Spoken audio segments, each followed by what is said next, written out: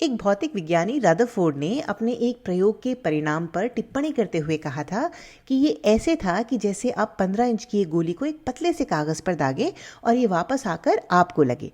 तो आइए उनके इस प्रयोग के बारे में बात करते हैं और देखते हैं कि वे क्या कर रहे थे।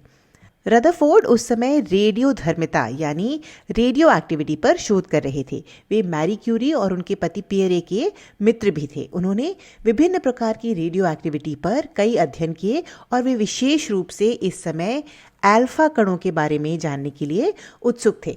उस समय उन्हें ये नहीं पता था कि अल्फा कण क्या होता है, लेकिन अब हम जानते हैं कि ये हीलियम 2+ न्यूक्लियाई होते हैं। इसका मतलब है कि इसके नाभिक में 2 प्रोटॉन्स होते हैं क्योंकि ये हीलियम है, और इसके साथ ही 2 न्यूट्रॉन्स भी होते हैं।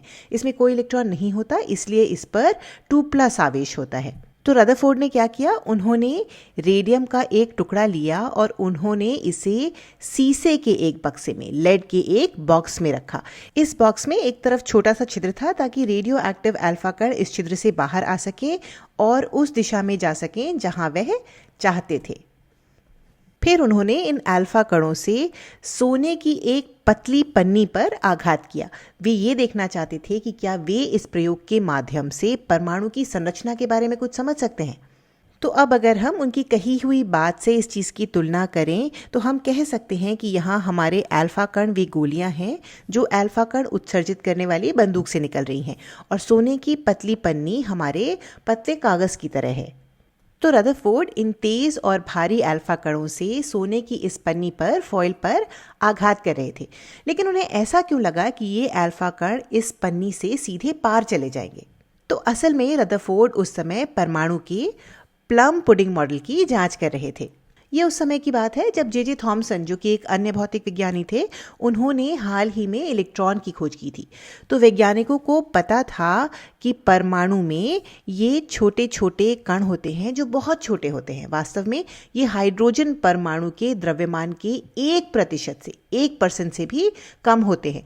और वैज्ञानिकों को ये भी पता था कि ये कण ऋणावेशित होते हैं। इन कणों को हम इलेक्ट्रॉन कहते हैं। तो जे थॉमसन ने अपने प्रयोगात्मक परिणामों के आधार पर यह कहा था कि परमाणु प्लम पुडिंग के जैसा दिखता है। अब यदि आपने कभी प्लम पुडिंग नहीं देखी है तो आप इसे चॉकलेट चिप बिस्किट या हलवे के जैसे सोच सकते हैं। जैसे हलवे में काजू के छोटे छोटे टुकड़े होते हैं जो मीठे हलवे में डूबे होते हैं, वैसे ही परमाणु में ये काजू के टुकड़ों की तरह ऋणावेश वाले कण होते हैं जो परमाणु के भीतर होते हैं, और बाकी का परमाणु एक धनावेशित मीठे हलवे की तरह होता है। और ऐसा क्यों प्रस्तावित किया गया था? ऐसा इसलिए प्रस्तावित किया गया था क्योंकि परमाणु समग्र रूप से उदासीन होते हैं, न्यूट्रल होते हैं। वैज्ञानिक जानते थे कि परमाणु उदासीन होते हैं, इसलिए इलेक्ट्रॉनों के ऋणावेश को निरस्त करने के लिए, कैंसिल करने के लिए कुछ तो होना चाहिए था, है ना? तो रदरफोर्ड ने जब ये सोचा कि सोने का परमाणु कैसा दिखेगा, तो उनके दिमाग में परमाणु का ये मॉडल था, और इसी के आधार पर उन्होंने गणितीय रूप से, मैथमेटिकली, इस बात की गणना करी कि अल्फा कण क्या करेंगे। उन्होंने पूर्वानुमान लगाया कि ये कण सीधे पार हो जाएंगे, कुछ इस तरह से। अब आप भौतिकी के समीकरणों का उपयोग करके ये देख सकते हैं कि इस धनावेशित हलवे द्वारा उत्पन्न विद्युत क्षेत्र, इलेक्ट्रिक फील्ड, कैसा होगा।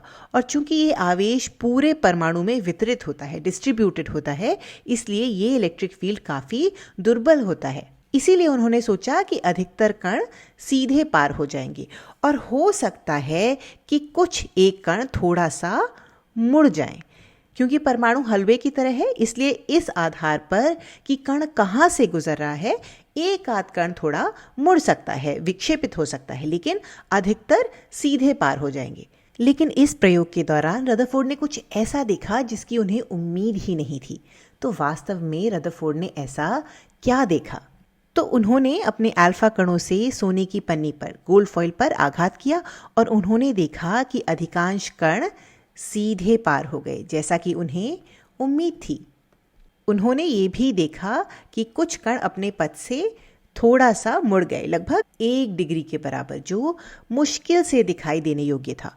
अब अगर रदरफोर्ड जिज्ञासु वैज्ञानिक नहीं होते, क्यूरियस नहीं होते, तो हम शायद अभी भी ये सोचते कि परमाणु ऐसा ही दिखता है। लेकिन सौभाग्य से रदरफोर्ड एक बहुत ही जीनियस वैज्ञानिक थे। उन्होंने सोचा कि ये भी देखना चाहिए कि कण इन्हीं दिशाओं में जाते हैं या कहीं और भी जा सकते हैं। तो उन्होंने बस यहाँ सामने एक डिटेक्टर स्क्रीन या पर्दा नहीं लगाया, बल्कि उन्होंने चारों ओर एक पर्दा लगाया ताकि ये देखा जा सके कि क्या ये कण किसी और दिशा में भी मुड़ रहे हैं या नहीं। और उन्होंने देखा कि हर 20,000 में से एक अल्फा कण इस सोने की पन्नी से टकरा करके वापस लौट आया, कुछ इस तरह से। और ये वास्तव में चौंकाने वाला था, क्योंकि आप उम्मीद नहीं करेंगे कि कागज़ पर गोली मारने से गोली कागज़ से टकराकर वापस भी लौट सकती है। तो रदरफोर्ड को लगा कि ये तो बहुत अजीब है। फिर उन्होंने पक्का अपने प्रयोगात्मक परिणामों की जांच की होगी और प्रयोग को दोहराया होगा। असल में उन्होंने सब कुछ दोबारा चेक किया ताकि ये सुनिश्चित हो सके कि उनसे कोई गलती नहीं हो रही थी, और उन्होंने पाया कि हर 20,000 अल्फा कणों में से एक वास्तव में वापस आ रहा था। अब इसका मतलब क्या था? तो इसका मतलब था कि हमें परमाणु का एक नया मॉडल चाहिए था जो ये समझा सके कि अल्फा कणों का एक छोटा सा अंश वापस कैसे लौट रहा था। तो उन्होंने इसे कैसे समझाया? उन्हें लगा कि परमाणु के अंदर कुछ तो ऐसा था जो बहुत छोटा, भारी और धनावेशित था। उन्हें ये समझ आ गया था कि जिस चीज़ से टकराकर ये अल्फा कण वापस लौट रहे हैं वे बहुत सूक्ष्म होनी चाहिए, टाइनी होनी चाहिए, क्योंकि अधिकांश कण इसके संपर्क में नहीं आ रहे थे और सीधे पार हो जा रहे थे। उन्हें ये भी समझ आया कि ये चीज़ धनावेशित और भारी होनी चाहिए, क्योंकि कुछ अल्फा कण प्रतिकर्षित हो रहे थे और कुछ इससे टकराकर वापस लौट रहे थे। तो उन्होंने परमाणु का एक नया मॉडल बनाया जिसमें उन्होंने इन गुणों को शामिल किया। उन्होंने कहा कि परमाणु के अंदर कुछ तो होना चाहिए जो बहुत सूक्ष्म और भारी हो। इसे हम आज न्यूक्लियस या नाभिक कहते हैं। ये बहुत सूक्ष्म होता है और उन्होंने इसकी गणना भी की कि ये कितना बड़ा हो सकता है। उन्होंने कहा कि ये परमाणु के आयतन का लगभग 10,000वां हिस्सा है, यानी 1/10,000। तो न्यूक्लियस यानी नाभिक धनावेशित होता है, भारी होता है और बहुत ही सूक्ष्म होता है, टाइनी होता है। फिर हमारे पास क्या होते हैं? इलेक्ट्रॉन्स। और परमाणु का बाकी हिस्सा क्या है? तो इस मॉडल के आधार पर अधिकांश परमाणु वास्तव में खाली जगह है, एम्प्टी स्पेस है। चूंकि इलेक्ट्रॉन बहुत छोटे होते हैं और नाभिक परमाणु के आयतन का 10,000वां हिस्सा होता है, इसलिए बाकी का स्थान खाली होता है। रदरफोर्ड अपने इस मॉडल के आधार पर अपने प्रयोग के परिणामों को समझाने में सफल रहे।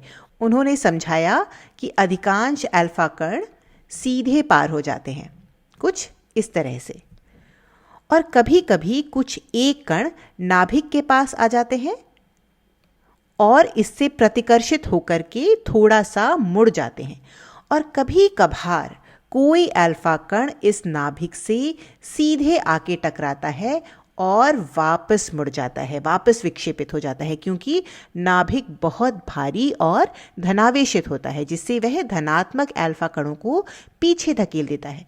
रदरफोर्ड के इस मॉडल को हम नाभिकीय मॉडल यानी न्यूक्लियर मॉडल कहते हैं। ये मॉडल परमाणु के आधुनिक मॉडल के काफ़ी करीब है, लेकिन ये अब भी कई प्रश्नों के उत्तर नहीं देता है, जैसे कि यहाँ इलेक्ट्रॉन वास्तव में क्या कर रहे हैं या वे कहाँ हैं। लेकिन रदरफोर्ड द्वारा प्रस्तावित इस मॉडल पर अन्य वैज्ञानिकों ने कई प्रयोग किए और इसके बाद ही हमें परमाणु की सही तस्वीर मिल पाई।